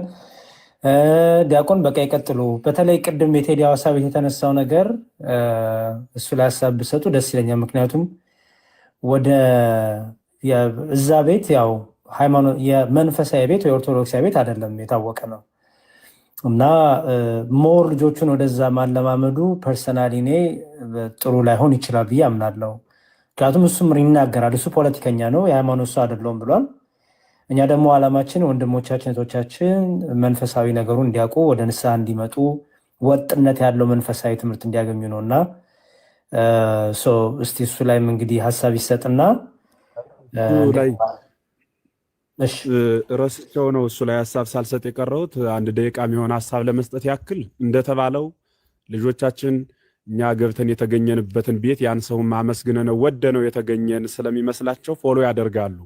ያ ቤት ደግሞ ከስልካቸውን በከፈቱ ቁጥር ፎሎ የተደረገው ይመጣል። ሳይፈልጉ እየጎተታቸው ፖለቲካም ከሆነ ሀገራችን ነው ብለው በማሰብ ስለ ሃይማኖትም ከተወያየ ለጠቅላላ እውቀት እያሉ የፕሮቴስታንቱም የሌላውን ማስተምሮ ሲነገር ቁጭ ብሎ የማድመጥ ነገር ይኖራል። ከዚያ ደግሞ ሰው የሚያምነው የሚሰማው ነውና እየሰሙ ሲሄዱ እለት ሲደጋገም ሐሰት እውነትን ይመስል የለ እንዲያ የሆኑ እንዳይጠፉ ከኛ የሚታመን የለም ወይ? ምናልባት ፈርጦ መፈርጠጥ መሯሯጥ ካልመጣ በቀር በደንብ እነ ጽጌ ስጦተው እኮ ቪዲዮ ተቆራርጦም ቢሆን ደርሶ ይሰምቻለሁ አይደል? ከነ ቴዲ ጋር ሲወያዩ ሰንበት ትምህርት ቤት ላይ ነው የወጣህ፣ አልተማርህም፣ ደንቆሮ ነህ፣ አታውቅም ምናምን የሚል ቃል ተጠቅመዋል አይደለ? አዎ ነይ፣ ትክክል፣ እስኪ ያስተምሩኝ እርሶ እየተባለ ነው አይደለ? ቁጭ ተብሎ እንደፈለገ ተናግረው የወጡት እንደዚያ እኮ ነው። ከዚያ በኋላ የወጡት ለተጠየቁት የእግዚአብሔር ቃል መልስ ባለመስጠታቸው ነው እንጂ ወይም ደግሞ ጊዜያቸው ሲደርስ ሲበቃቸው በራሳቸው ፈረጠጡ እንጂ መልስ ሲያጡ ማለት ነው። ውጣ ተብሎ ገፍቶ ማንም ሰው አላስወጣቸውም አይደል? እንዴት! ስለዚህ በጣም በስርዓት በትህትና ስሜት የማይገዛቸው የሚያወያዩ በጣም ብዙ ቤቶች አሉን የሚታመኑ ማለት ነው። እኛ ማወያየት እንችላለን፣ ሌሎቹም ማለት ነው። ያ በዕለቱ ቤቱን የከፈተው አካል አይናገርብኝ ከተባለ ራሱ ዝም ማለት ይቻላል እንጂ የነ መዝሙረ ቤት የሌሎቹም በጣም ብዙ የተረጋጉ ወንድሞች ቤት እያለ የሌላ የሄድን ሌላ ቤተ እምነት ምንድነው ምን ሽታውን አይለቅም ነው የሚባለው።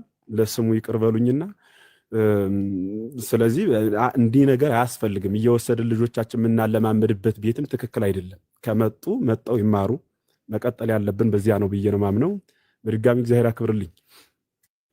እሺ በጣም ቴዲን ያው ሳናደንቅ ሳናመሰግን እንግዲህ ማለፍ መቼም ንፉግነት ነውና በረጅም ሰዓት ማንም ሰው የማያደርገውን ነው ወደ 4 ሰዓት 5 ሰዓት ተቀምጦ ባለፈው ትዝ ይሎታል አይደለ? ዲያቆን ስለ ስዕላት ማንም ያን ያመቻች 4 ሰዓት 5 ሰዓት መቀመጥ ማለት በጣም በጣም ከባድ ነውና ቴዲን በጣም ለዚህ ማመስገን ዴይሊ እንፈልጋለን። በጣም ክሬዲት መስጠት ትልቅ ነገር ነው እና ሁላችንም ለቴዲ ትልቅ አክብሮትን ፍቅርም አለን። ቴዲ ግን ደግሞ መጨረሻ ላይ ፖለቲከኛ ነው። ቴዲ ደግሞ በቤቱ ብዙ ሰዓት ብዙ አየሩን የሚሰጠው ለፖለቲከኞች ነው፣ ለተለያየ ማህበራዊ ጉዳዮች ነው። እኛ ደግሞ መንፈሳዊ ወጥነት ያለው መንፈሳዊ ውይይቶች፣ መንፈሳዊ ትምህርቶች የሚሰጥበት ቤቶች አሉን እና ከዛ አንጻር ቴዲም ራሱ ደጋግሞ ይናገራል። ይሄ ለአንድ ቀን የማደርገው ነው እንጂ እኔ አለማዬ መንፈሳዊ ነገር አይደለም ብሎ ደጋግሞ ተናግሯልና አሁንም በኦርቶዶክሳውያን ቤትም እየመጣ እሱም ራሱ እንደ ኦርቶዶክሳዊ ወንድም ስላልሆነ ኦርቶዶክሳውያን ቤተክርስቲያን እንዲያውቅ እንዲያውቃት ቢቻል እንዲሁም ወደ ቤተክርስቲያን እንዲመጣ እሱም የሚማርበትን ነገር ለመቻል መጥቶ ቢጠይቅም ጥሩ ነው። መጥቶ ራሱ በገጽ ተቀምጦ የቤተክርስቲያናችን ነገር እንዲጠይቅ ቢመቻችለትም ጥሩ ነው ብዬ አምናለሁ እና በዛ መልኩ ብናደርግ መልካም ነው። በተረፈ ግን እንግዲህ ኤርሚያስ አሁንም ውይይቱን እንድትቀበል አደራ እንላለን።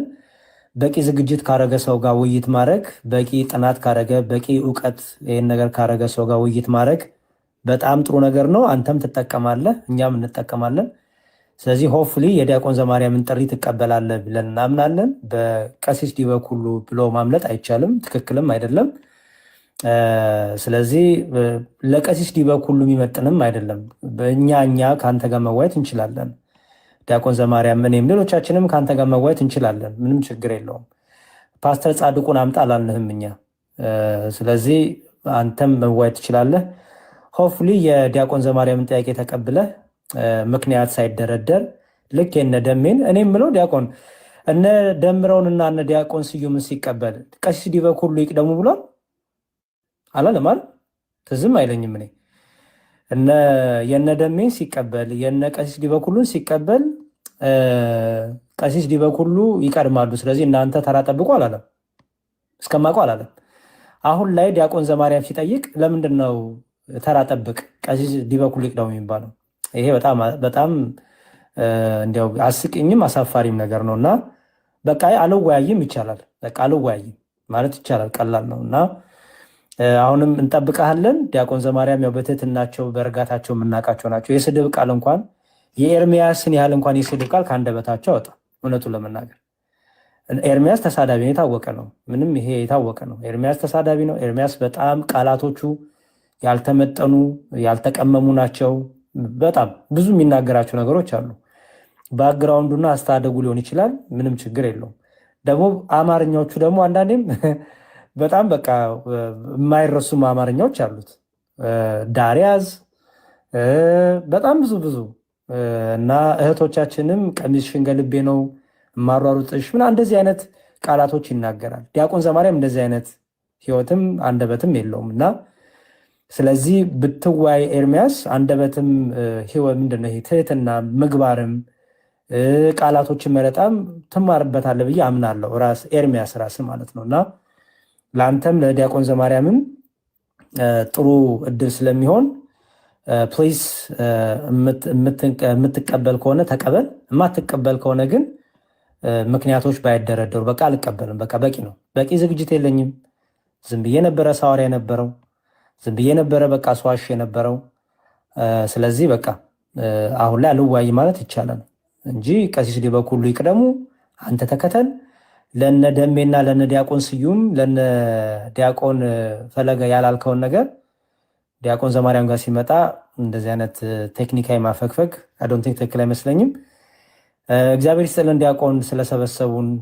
ሌሎቻቸው የመጨረሻ መልዕክት አስተላልፍ። ዲያቆን ዘማርያም ትምህርት አላቸው።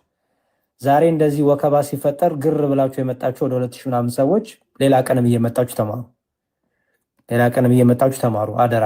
ኦኬ የወሬ ነገር እንዳይሆን፣ ምክንያቱም ህይወት ስለማይሆን እየመጣችሁ ተማሩ። ፎሎ አድርጓቸው የዲያቆን ዘማርያምን። ዲያቆን ዘማርያም ስንት ነው ፎሎወሮት? ስንት ፎሎወር ነው ዲያቆን ዘማርያም ያላቸው? ባይዘወይ 153,000 ስለዚህ እስከ 200,000 መሌ እስከ 200,000 ከዛ በላይ ማስገቧቸው። ዮሐድዬንም ኢዮባንም ቲክቶክ ላይ የሚያገለግሏችሁ መምህራኑም ሁሉ እዚህም አሉ። መምህር መላከ አሉ፣ እሳቸውንም መምህር መላከ አማረም አሉ፣ እሳቸውንም እንደዚሁ ፎሎ አድርጉ። ለማጠቃለያ ሀሳብ ለኤርሚያስ ዲያቆን ዘማርያም አሁን ነው ጥሪ ያቀረቡት። ገና ብዙ ተከታታይ ጥሪዎች ይቀርቡለታል ወደፊት ታያላችሁ፣ በገድላት ድርሳና ዙሪያ ማለት ነው። እና እንግዲህ ምክንያቶች ይቀራሉ ከዚህ በኋላ ማለት ነው። እና ስለዚህ ምክንያቶች እንዳደረድር ወንድም አለም መተህ ብትወያይ መልካም ነው። እግዚአብሔር ይስጥልኝ ዲያቆን፣ እናመሰግናለን። ከፍ ወዳለው ክነት ያደርስልን። አሜን። እግዚአብሔር ያክብርልን ሁላችሁንም፣ እግዚአብሔር ይስጥልን። ምናልባት ርዕሱ ጠበቦት ከሆነ ደግሞ ርዕሱን ሰፋ እናድርግ ብሎ እንዳይበዛበት ነው እንጂ ቅዱስ ስዕላትን መጨመርም ይችላል። ምናልባት አልረካውም ካለ በባለፈው ውይይት በጣም መግጠም ፈልጋለሁ የሚል ከሆነ እሱንም ማለት ነው መዋየት ፈልጋለሁ ካለ ቅዱሳት ስዕላትንም ጨምሮ ይሁን፣ እንዳይሰፋበት ርዕሱን አንድን ርዕሰ ጉዳይ ለማድማት እንዲያመች ተፈልጎና እሱ ላይ እወያያለሁ ካለም በዛ መምጣት ይችላል።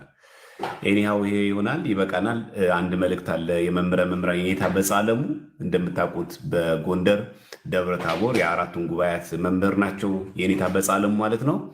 በ16 መርሃ ግብር አላቸው ጉባኤ ቤታቸውን ለመጨረስ ማለት ነው። ስኮላርሺፕ ነው የሚሰጠው ጉባኤ ቤቱ። ከተለያየ የኢትዮጵያ ክፍል እየመጡ ወይ ደግሞ ከተለያየ የውጭ ሀገርም እየመጡ የአብነት ትምህርት በነፃ እያስተማሩ በነፃ አስተምረው ያ የተማረው ሰው ደግሞ ደግሞ እንዲያስተምር ነው። የሚገርማችሁ ከኢትዮጵያ ከ3 ከ4 ጠረፎች ከሰሜን፣ ከምስራቅ፣ ከምዕራብ፣ ከደቡብ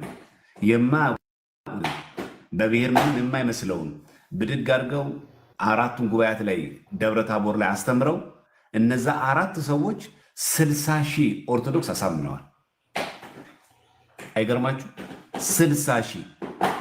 አሁን የኔታ ለዚህ አገልግሎት ወደ አዲስ አበባ መጥተዋል። መምህረ ኔታ በጻለሙ ለ60,000 ተጠማቂያን ምዕመናን የአንገት ክር፣ የንስሐ ጥምቀት እና ከነጋ ደግሞ የልጅነት ጥምቀት ያገኙትን ክር የሚያስፈልጋቸው 60,000 ማህተም ይዘው መጥተዋል። ይሄ ማለት 3 ልጆችን በማስተማር ማለት 3 ልጆች። አሁንም የኔታ ዓላማ ይሄ ነው።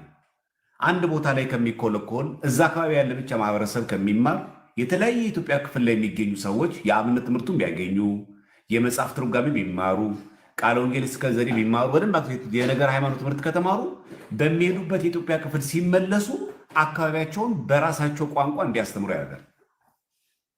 እውነት በጣም ነው የሚገርማችሁ። እና የኔታ መምህረ የኔታ በጻለሙ ይህን ስራ ለመስራት አስበው ላይብረሪ ማቋቁሟል። አሁን ዲጂታል የሆነ ላይብረሪ ነው ቤተ መጽሐፍታቸው 85% ደርሷል። ይህን ማገዝ አለብን። ማህበረ ቅዱሳን ይህንን በላይቭ ያስተላልፋል፣ በቴሌቪዥን ማለት ነው። ማህበረ ቅዱሳን በላይቭን በቲክቶክም ይተላለፋል።